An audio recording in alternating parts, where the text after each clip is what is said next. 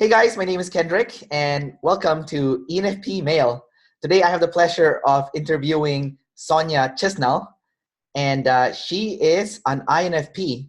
So Sonja, welcome. It's a pleasure for me to interview you. I don't have anything to say. No, it's okay. Don't worry about it. Okay, so Sonja, can I just get you to kind of talk about what your Myers-Briggs personality type is and kind of how you figured out that you were an INFP? Yeah, well, I've been following it for a good 15, well, since about 15, so a good number of years. I'm 23 now. So I guess, as Shannon David said, you kind of need to unwrap all the things you built up of all these archetypal ideas to understand a personality better. And so I have been working on that, but I think it's sort of something that remained regardless. Like I think I'm a fairly self-aware person, and I know what I'm not so good at. I know my weaknesses and strengths are to an extent, and I do get embarrassed about acknowledging my type. So I think it's something that I've worked on over the years. So I haven't been as FI dominant, but I was very FI dominant as a child, and I've developed out of it, I guess. So I might not seem as strongly as I used to, but I guess it's when you're in your immature state, when you're a lot younger and you've got this maturing, that's when your tidal waves come through and things like that. So you can definitely see it looking back.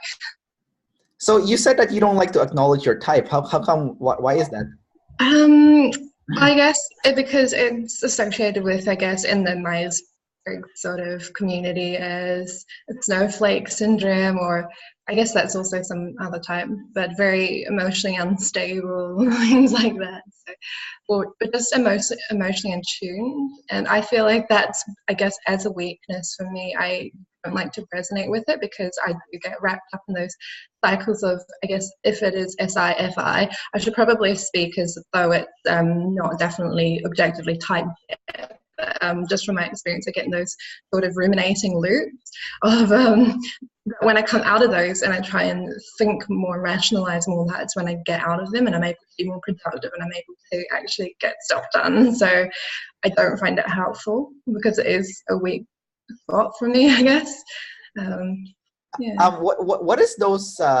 What are those loops like? Because I don't really know what they're like.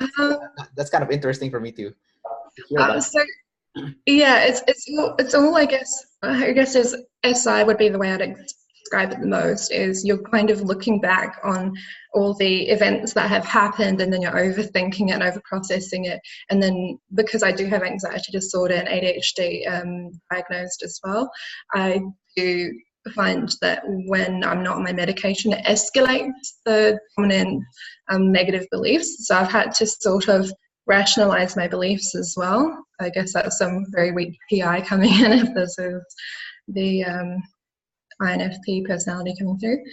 Yeah, so I would probably, I can't think of an example offhand, but something went terribly wrong or something that wasn't as bad of an experience as other people, I'd probably just cycle on what everybody else is thinking of me and what I'm thinking about myself and all the negative aspects rather than the positive aspects. Nowadays, I'm quite the opposite. That was some self-awareness searching on my behalf, though, because I did an optimism quiz online and I was on the pessimist side and I was like, I need to improve this. So I'm pretty sure I've worked on that. And how's that going for you since you've kind of went on a journey to improve that pessimistic side of yours? So well, highly recommend to anybody who is on that side of the things because it's not really doing you any favors. I mean, it's good to have a sense of realism. Like I used to think of it as just objective realism, thinking about the negative things, but then you've also got to weigh up the positive and not forget about them as well. And at the end of the day, what's a helpful belief and what's not. I think that is what I've really been focusing on, what works and what doesn't. And that's really helped me with a lot of areas in my life. So I think it's kind of funny that you mentioned that, there's like a negative connotation to INFPs in the typology community. Because very broody. I don't think there should be, because a lot of successful people are INFPs. Like, for example, like J.K. Rowling, like there's no Harry Potter without an INFP, and there's no Game of Thrones, without an INFP. And like most of the great writers out there are INFP. Probably it's because I don't value it as much, that those kinds of successes. I mean, it's just because it's not socially perceived as valuable. Well, it is socially perceived as valuable, but getting there, I think what people don't realize is they do face a lot of social scrutiny on the way there. Like, you're not doing anything with your life. Why? Like, I can imagine J.K. Rowling had been facing a lot of her own experience on the way there, that have just been like, well, you've got a lot of kids to raise, why don't you get a regular job? And she's working on something she's totally passionate about, and what's the outcome? She makes billions of dollars with the company. So it is one of those things that is a lot riskier to take. I think a lot of INFP and ENFP interests aren't always the most stable, and there might be more creative pursuits. But so I think while it sounds ideal in the grand scheme of things to have a job like that, it's not always the most profitable, and it's not always the most socially congratulated until you're actually successful. Yeah, I see what you mean. It's kind of like the number of INFPs who actually reach that point is so little. So the amount of gap that you have to overcome to get there, it's so kind of, it's the gap is so big that like not many INFPs willing to brave through that gap, essentially. Oh, totally, yeah. Because it's scary, right? A lot of people will go up to you and tell you you're not being realistic, you should be more realistic with your life, kind of like what you said, why don't you get a stable job, because that's something more realistic, right? Like, don't. That just crushes your creativity and inspiration as well. Yeah, exactly. I mean, you could be practical. I think you could be practical about it. Like, you could do it on the side, right? Like, you can like. Side hustle. Yeah, exactly, side hustle. So let's talk about your extroverted thinking a bit, because you did ask me about that in the Facebook group before. Yeah. And so you mentioned about the tribe a lot. And do you fear the tribe? Like, do you fear what the group thinks of you? I think. I think I saw you in an interview say that you don't seem like a selfish person when I'm talking to you, but you said that people have mentioned that about yourself.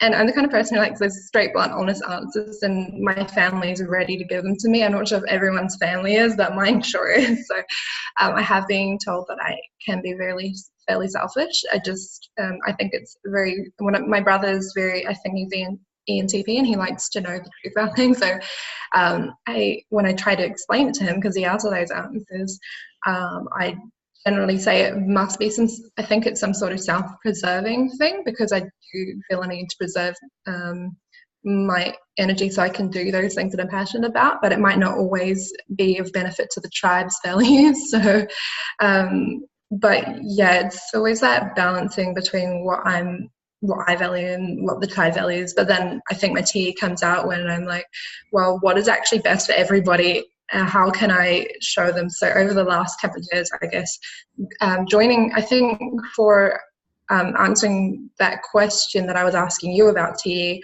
what's helped me over the years is probably joining things like debating. I used to be always very argumentative as a kid.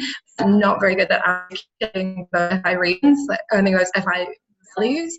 If you can't communicate a value, how are you going to sell it to everybody else so that they can value it as well? And I think that's a stumbling block for people like myself. So getting into things like debating is a safe environment where people are really open to new ideas and things, so you can actually practice articulating your thoughts in a more extroverted, reasoning way. And that's helped me so far. So I want to ask you about the debating thing then. So a lot of times when you, I guess, go on a debate, it's important to kind of see the perspective of both groups of people, whether your point of view and the group, right? So, for double deciders, this is quite an easy thing to do, but you are a single decider. So how does that play into your life? Do you think you can see the perspective of the other person or the other group? Yeah, I think taking it back to just objectively typing again and not saying that I am definitely for sure an INFP. From my personal experience, I do find it easy to see other people's experiences, and if in the case that I don't, because that's not always 100% that I will, I tend to ask them questions, and if they can't back it up with good reasons, then I will tend to dismiss it until they come and bring me some good reasons so I can understand it.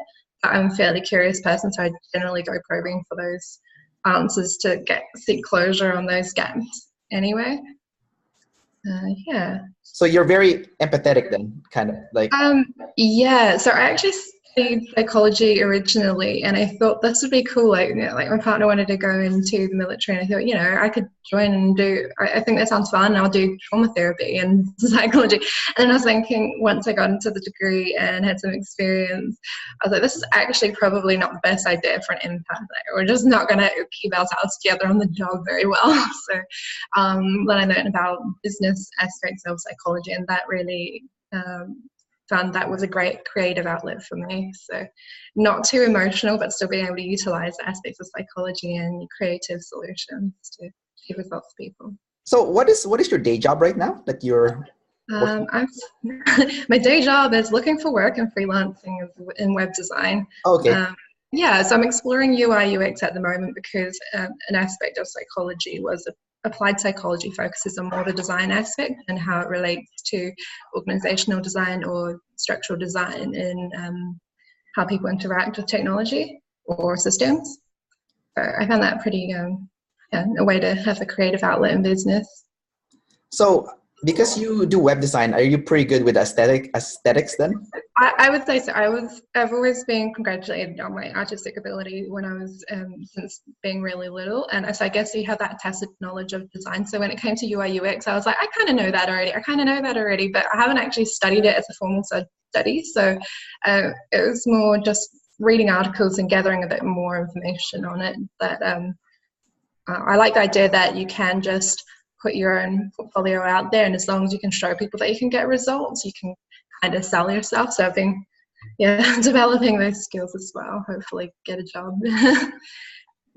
Now I wanted to ask you about your introverted sensing. Like, are you very good at remembering details or something that happened, or not really?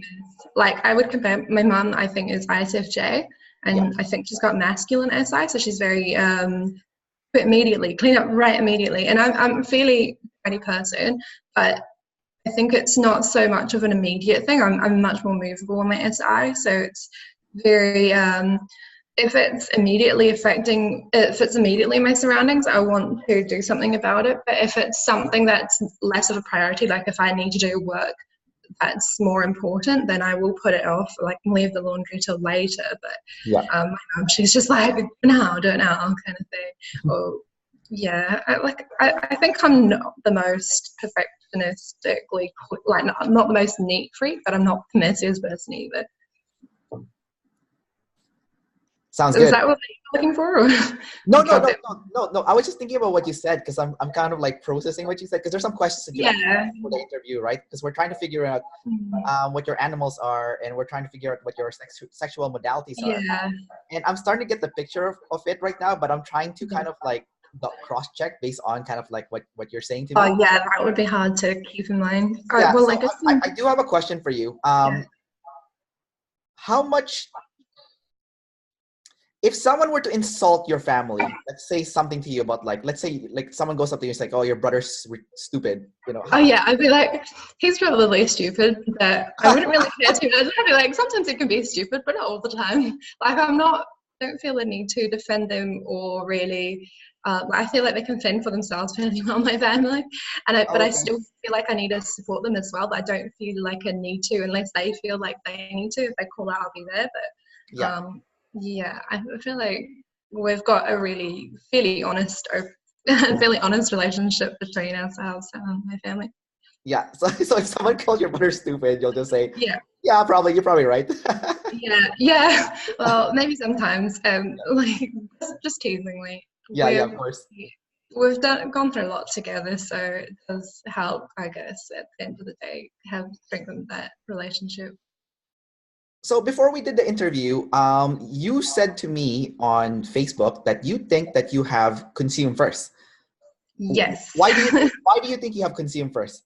Because at the beginning of the day, like I think you were just saying recently that you the first thing you do is like get out your phone and start scrolling and gathering all the information. I do that too. And then at the end of the day, I'm ready to put it all in action. I'm like, but it's really late now. Should I really be doing this? And then you end up staying up late and doing the thing, which I guess, that's when my tea comes out. But what I've found recently is to avoid myself getting, because when I do consume, sometimes it's consuming to balance out my FI, my emotional processes as well. Not all the time. Sometimes it's just to learn a lot more things and out of curiosity and interest, and to develop those things, feels that I'm going to act on later. But at the moment, I figured, so I don't get emotional blocks that stop me from starting those tasks, the first thing I should do in the morning is wake up and get really passionate about the thing that I want to get back to that I started doing yesterday. Like, for example, from doing web design, I think about how exciting it will be to complete the project, and I just get straight onto that. And then I have my consume break, and then I will gather anything that I need to know about the project, help me finish off the project, as opposed, and then I don't get emotional blocks and emotionally broody about how I could leave it till later or how I'm not feeling it right now. I think that's an SI comfort thing as well. I don't feel comfortable right now. Maybe I should clean the house first, and then I'll feel right and ready to do it. Yeah. Yes. Yeah. So you definitely love consuming, and you're addicted to information. Yeah. I love learning. That's pretty much my hobby. And I'm Nice. not really into fiction, so I don't spend a lot of time on it. Oh, so you don't read that much storybooks. You prefer kind of like... As a kid, yes, but not now. Oh, that's interesting, because I'm the same as you. When I was a kid, I used to read a lot of fictional books, but as I got older, I started reading more stuff that you can learn about self-improvement. Yeah, same here. Yeah, I've got a friend who I think is definitely ENFP, pretty damn sure. And he's very much like you, but I think I am very much the introvert version. So I don't know for sure if either of us, because we haven't been typed objectively yet, are those types. But I would say I'm definitely close to ENFP, somewhere around there. You know what? Like, just talking to you right now, you definitely use NE a lot. Like, there's no shadow of a doubt that you are FINE. Like, there's no way you are FI. Yeah. I'm not a jumper. I mean, I've worked on it, but I'm not a jumper. Sorry? I've worked on it, but I'm not a jumper. And I think it's like those layers that you build up over the years that you have to peel away and think, how was I when I was a kid and when I hadn't learned all these things as well, as to what your nature is like. Well, I think as you get older, you get pretty good at using, your third function, So in your case, it's your introverted sensing, right? Mm-hmm. So you know what? Just from our conversation, I get the vibe from you, just from kind of like the way you explained how, like, let's say when someone like kind of makes fun of your brother and you're like, yeah, he's probably right. Or kind of like, we're talking about details. I think you're double feminine. I have actually put that as a question mark. I'm definitely not double masculine. I could definitely say that. No, I have considered it as a question mark. Yeah, it could be double feminine. I mean, it's when I was younger, I was a lot more tomboyish, but I think that's because of some psychological issues in my family that were going on, and I think my brothers were getting more attention at the time. I mean, probably I, because I demanded the attention, but I did sort of try to appease my parents by being more like my brothers. And I think that was more sportiness came out, and I got into sports that they were into and wore more. I didn't pay attention to fashion as much, and now I am. And now more of myself's coming out that didn't come out as a child, that I'm able to control now that I don't have parental structures in place and no parental constraints. I can sort of create that lifestyle that I would have wanted as a younger child, and I think a lot of that is feminine coming out. Are you into sports then? Do you go to the gym a lot, or? Yeah, but mostly for aesthetic reasons now. I used to play soccer or football. Yeah. And I really did enjoy that. I thought that was passion. I had passion for it, but it was mainly the community and the community involved around playing soccer that I enjoyed. I mean, I enjoy the team sport. Can't play it now because of an injury, but I enjoy going to the gym, and I do enjoy as anything to do with personal development really. So it's health thing at the moment as well. Okay, because I work my day job is actually a personal trainer. And I look at your shoulders and they look toned, right? So I'm like, oh, this person clearly works out, Now I want to talk about your animals now. When we first started before the interview, you mentioned that you have play last, but talking to you right now, you're using play a lot because you're sharing your life story, you're sharing your kind of like your childhood, and a lot of that is play. I haven't heard you once lecture me about anything. Like kind of like tell me about your concepts and stuff. And also, you were telling me earlier, kind of like I would if you want me to. Sorry. Yeah. Sorry, Hugo. No, I said I would if you wanted me to. Like, yeah. I mean, I just mean like, yeah. We can try it out, but like, you also mentioned that like your mom will kind of like tell you to do the laundry, and you're like, yeah, I'll do it later, which is like a block, which is like a procrastination kind of thing, right? Which is like, I'll do it later. So that's, or I just have a different priority. Yeah, different priority, but at the same time, it's also like not procrastinate. Like my girlfriend, for example, she has blast last, right? And she's always procrastinating on something, and when she doesn't feel like doing something, she's not gonna do it. And I'm always like, just because you don't feel like doing it right now doesn't mean. Yeah, exactly. You gotta do it. You can't go by how you feel at the moment. You gotta do the right thing. So anyways, that's kind of just what I noticed. I don't think I'm that much procrastinating, but it's definitely lower. I think might not be the lowest. Only I don't think I understand play enough. Maybe that's a possibility as well. That is why I might have put it last. But I also don't enjoy socializing as much unless it's something I want to do. So, I mean, don't actually come out as much. I'm not as open with people most of the time unless it's in a setting where I feel comfortable sharing with people. And I'm not very talkative, and I've been told that I'm reserved and bubbly and outgoing, so I have been told of those things. So I think at first I'm very, very reserved, and I think I'm being social, but I might not be. I might be very stand back and private, and then as soon as I feel comfortable around people, then I'll be very yada yada yada. Okay, you can shut up now, kind of thing. Yeah, people find it hard for me to stop talking once I've started, I guess. You have trouble to stop talking, or you want the other person to stop talking? No.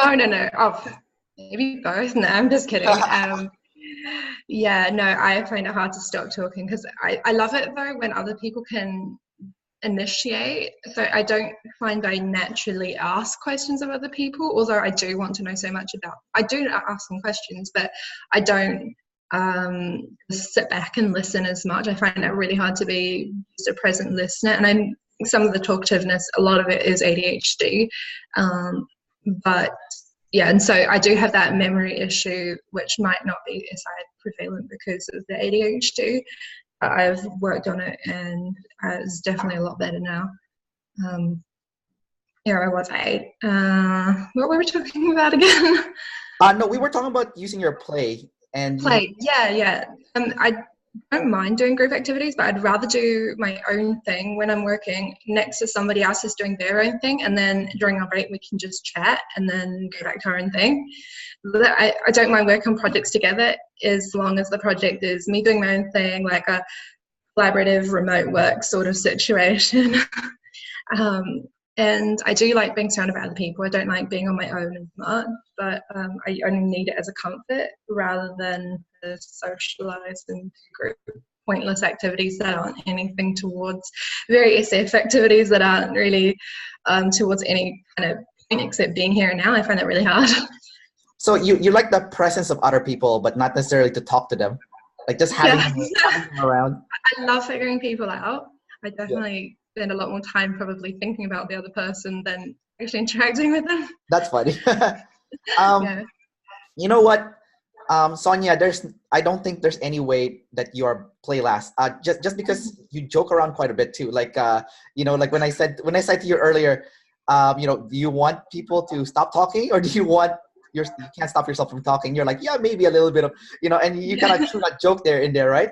Because I'll give you an example. So my youngest sister, not my youngest sister, sorry, my middle sister, she is play last, and sometimes me and my girlfriend, and my youngest sister and my middle sister would kind of chat together, and we'll kind of like throw jokes after another, kind of like throwing gasoline to the fire to make the joke even funnier and funnier and funnier. And then when it's my sister's turn, the middle sister, to kind of like, it's her turn to kind of like throw a joke in, she'll instead go to blast mode and start telling about concepts, and then it gets really awkward, right? And then kind of everything just stops. We're like, like what the, like what the, and that's someone would play last, right? Like they can't joke. Like they just want to talk about the stuff that is inside their head. My mom, probably. Yeah, your mom is play last. I don't know actually, because she works with kindergartners, so she might be play, and then when she gets home, you try and tell her a joke. Maybe that's just a parents and a mom thing, but and she'll just be very serious about the joke. Maybe because it's a bit of a socially and politically incorrect joke, but yeah, I don't know. Now, anyway, let's talk about your sleep then. How much time do you spend kind of like, I mean, you kind of told me already earlier, but how much time do you spend ruminating about your life, your feelings, what happened in the past? A lot of planning, I guess. A lot of it is planning. And like, for example, when we were in high school, I wanted to plan a camp because everyone was thinking how cool it would be go on a road trip together. So I planned it all out, and it never ended up happening because I didn't push it forward enough, and I wasn't really as open about that kind of sharing values of the tribe kind of thing, or sharing my ideas and reasoning very well. But even though it was something everyone wanted, it didn't really coincide with what we were going to do. So I guess I didn't take into account how this fits around everyone else's plans. I just like, everyone wants this, let's do it. And then I just spent more time planning than asking people questions and getting feedback. So sleep, what else? You might have to ask me the question again. I think the biggest thing, I mean, I have like a general idea of kind of what your animals are, but that's just from what I get. So I'm kind of trying to figure out from your perspective too, if you agree with me. But I think you're definitely consume first, and you're definitely blast last. Okay. Now what we don't know right now is if you're play before sleep or sleep before play. And I think you're sleep before play, just because you were telling me about your childhood, how you kind of had this like thought, it would go in a loop, right? And that sounds like something that's more sleep. And you said that you spend more time thinking about people than actually talking to people. And if you were using play, you would be talking to people more than you would be thinking about them. Yeah, it's more of a planning where people fit in my life. Are they going to be, I guess it's sort of a bit not very social as well way to think of it. I do think, is this person going to be useful to me? Is this person going to be I think that's the kind of thing that I find I get along with my partner well, because if he is an ENFJ, which I think he is he has the FI, so we can both rationalize on that, but his FI is a lot more immature, if that is the case. So you said your partner is an ENTJ? I think so, yeah, which he actually helps me get things started and done, and I guess I can help him relate to him on the FI and the emotional side of things. Then he goes through an emotional side, I'm not going to be judging him, and I can kind of understand where he's coming from, even if I don't always agree with it. So you kind of create like a safe space for him to kind of like express that. Pretty much. And does he have feminine FI or masculine FI, do you think? I haven't really thought about it, and I take a lot of time to process things, so I would have to sit down and really think about it. Like, is he really sensitive inside, or is he he's very, very private about his emotions. Like, they don't come out at all. I've never seen him cry. I've heard about him crying, but I've never seen him cry. So I guess he doesn't express emotions very well. I mean, like, sensitive topics. He's very lively with people and very good with people. So I don't know if that is feminine or masculine. What about your FI? Do you think you have it sounds like you're masculine FI. Because okay. I don't know. because it seems like you're pretty solid with your identity. Would you say that's about right? Because like, because everything you told me about yourself, you seem to know yourself really well. Like you've kind of like. I think it's always backed up with reasons and because of a lot of self-searching. Like if I say something about myself, it's because I have put my finger on why. Otherwise, I'm very lost and confused as to who I am. And I feel a need for closure all the time. And I hate it when things are open-ended. So I find if I don't have clarity on something, I will seek it out until I find an answer. And that's probably where my tidal waves and the things that traps me most and I get most frustrated about is not having an answer to things that are really important to me, like knowing who I am, I guess. And then when I do find that out, something about myself, it feels like an epiphany, and then I get really excited and I'm like, I know exactly what I want to do. So let's talk about your tidal waves then. So because you are an INFP, you get tribe tidal waves. Yeah. So can you tell me a story of like when that happened to you, where you got a big tribe tidal wave as a result of not caring enough about how things work for other people? Well, I've had a lot of family conflict when I was younger because I'd always stand up for what I thought was right, and even if it were against the family. So I did feel very ostracized within my family as a child. Because of my ADHD, we knew there was something that was different about me, but not sure what. I would see a psychologist, and she was very supportive. She was saying that sometimes the family just thinks a different way to one person, that one person has a different way of thinking, that neither of them are wrong. It's just they don't understand each other. And so one person might feel like they're the only one who thinks a different way. Sorry a second. Who was the supportive one? I'm confused. My psychologist. Our psychologist. Okay, got it. Yeah, so she was like, sometimes the black sheep in the family isn't necessarily always the one who is wrong. It's just that they think differently and the family don't communicate. I guess it's like love languages. So if you don't communicate the same love language, then you might not feel like you're being loved, even though they do love you. And so, yeah, I guess I would bring things out them because nobody understood them, and because I also couldn't articulate why I valued something, why everyone else should value it too. That just became like butting heads. And because my mum and my brother think the same way and share the same sort of idea and outlook, they were very on par. So whenever my brother did cross the line, he would get away with it and I wouldn't. It sounds like your tribe tidal waves is actually coming from your blast, because you said you can't articulate kind of like what you're feeling, right? So they don't understand where you're coming from, and maybe you feel misunderstood, because you're not trying to attack anybody or make anyone feel bad. No, but it's the fact that I do feel a need to. Yeah, because so I'll give you an example. My girlfriend gets in trouble at work, and it's because she has blast last. Like, she'll not explain things clearly and miss out key information, right? Maybe she'll say something and then it'll be directly from how she felt inside, but it doesn't cover the whole spectrum of what happened. She doesn't tell the story of what happened. She doesn't kind of like pinpoint the part that where she felt hurt, kind of like pinpoint the part where like she didn't mean to hurt anybody, but she actually meant well, so like, because sometimes when you blast, you have to tell the whole story, right?